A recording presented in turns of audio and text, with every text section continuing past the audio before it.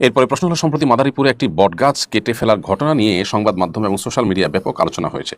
শুরুতে বলা হয়েছে স্থানীয় আলেম ওলামা শিরক আখ্যা দিয়ে গাছটি কেটেছেন। পরে বন বিভাগের একজন কর্মকর্তা জানিয়েছেন গাছটি শতবর্ষী ছিল না এবং শিরক আখ্যা দিয়ে নয়, বরং মালিক ঘর কাটার জন্য গাছটি কেটেছেন।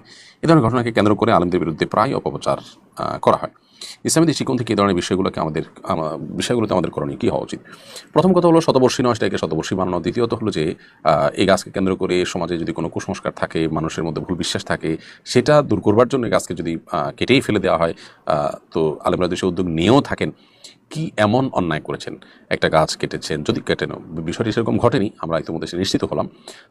ধরা যাক এরকম ঘটনা ঘটেছে, এটাকে যেভাবে ফলো করে প্রকাশ করা হলো, প্রচার করা হলো, মানুষ কুসংস্কারে নিমজ্জিত থাকবে, শিরকে লিপ্ত হবে, সেটা থেকে বাঁচাবার জন্য গাছের মালিককে কনভিন্স করে যদি সেটা কাটার উদ্যোগ নেওয়া হয়, সেখানে তো অন্যায় কিছু নেই।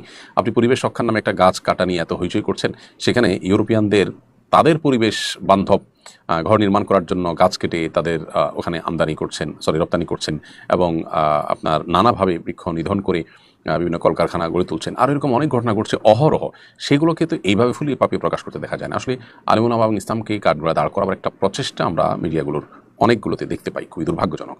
তো প্রথমত এখানে এরকম কোনো ঘটনাই ঘটেনি, যা ঘটেছে সেটার তিলটের তাল বানিয়ে আপনার প্রকাশ করা হয়েছে। এখান থেকে আবারও প্রমাণ হলো যে ওলামায়ে কেরাম নানা সময় মিডিয়ার স্ট্যান্ডবাজি এবং মিডিয়ার এই মিথ্যাচারের শিকার। আল্লাহ আমাদেরকে তাদের এই সমস্ত শয়তানি চক্রান্ত থেকে ইসলাম ও মুসলমানদেরকে হেফাজতে রাখুন। এবং আমাদেরও এই ধরনের কাজ করার আগে অবশ্যই স্থানীয় নেতৃবৃন্দ, সিনিয়র আমাদের সাথে পরামর্শ করে করা উচিত, যদি তারা করেন। যদিও এই ঘটনায় আমাদের কোনো সম্পৃক্ততার কথা আমরা জানতে পারিনি।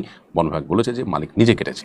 তাহলে উদুরপিণ্ডি বদুর ঘাটে চাপানোর যে চেষ্টা দীর্ঘদিন থেকে চলে আসছে, সেটা এখনো চলছে। এটাই দুর্ভাগ্যের বিষয়।